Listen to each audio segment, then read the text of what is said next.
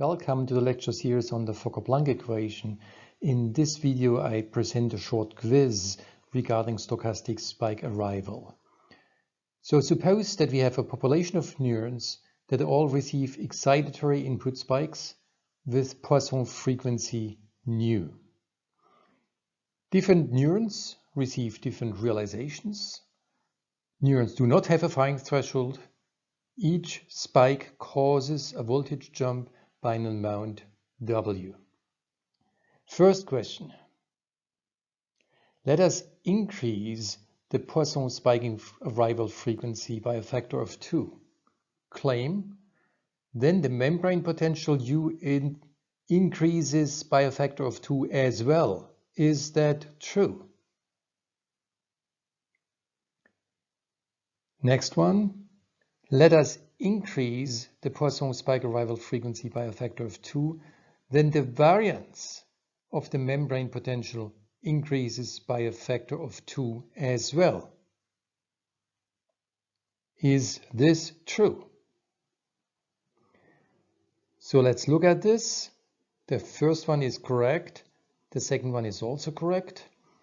The first one asks for doubling of spike frequency. We have here the factor for the drift that influences the mean, and you see that if I double the frequency, then indeed the drive will go up. So if there is no external current, then the membrane potential, once it has converged, will also be twice as high. So the answer is yes, and a similar argument holds for the variance. The variance is proportional to the frequency, so the answer is again yes. Let us continue with the questions. Let us now increase the parameter W by a factor of 2. Then the membrane potential U increases by a factor of 2 as well, again in the absence of external input. And the answer is yes, because if I increase the parameter W, look at the equation at the top, then the voltage will also approach a new stationary state twice as high. Now, next question. Let us increase the parameter W by a factor of 2. Then the variance increases by a factor of 2 as well. And this is wrong. This is wrong because the variance goes with W squared. Last two questions. Let us now instead change the parameter W by a factor of -2. Then the variance increases by a factor of 4. Well, let's look up at the equation. -2 squared gives a factor of 4, so the answer is yes. And now, why did we do this? Basically for the final question. Imagine now that neurons receive two types of input, excitatory with frequency nu plus and inhibitory with frequency nu minus.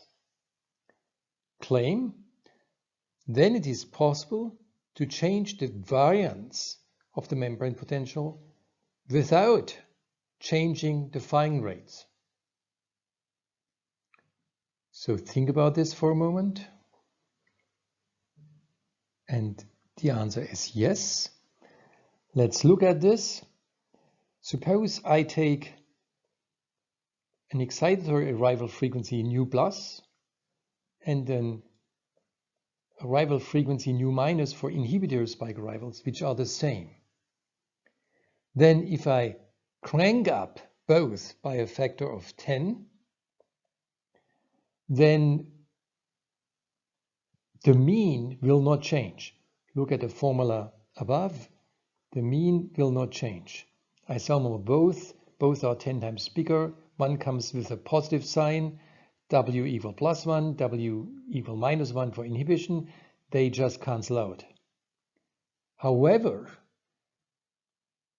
I will change the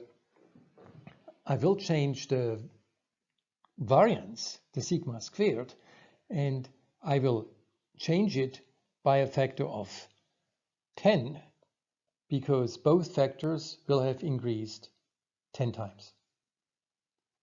So for the Fokker-Planck equation, in fact, it's important that I have excitatory and inhibitory spike arrivals. It's easy to see that if I only have excitatory spike arrivals, then as a function of time, each of these spike arrivals will cause some response. They will add up to something positive. This gives a mean, but the distribution will always be skewed. It cannot go below 0. The nice Gaussian distribution requires that I have positive and negative spike arrivals, and then I can get this nice Gaussian distribution. If the spike arrival of positive and negative spikes, if the spike arrival rate is the same, then I can play with the variance without changing the mean. Moreover, I can also increase the rate nu for both while decreasing the w squared. And again, this will not change the mean, the gamma here, but this will change the number of spike arrivals per unit of time, and it will make the distribution of membrane potential more and more Gaussian.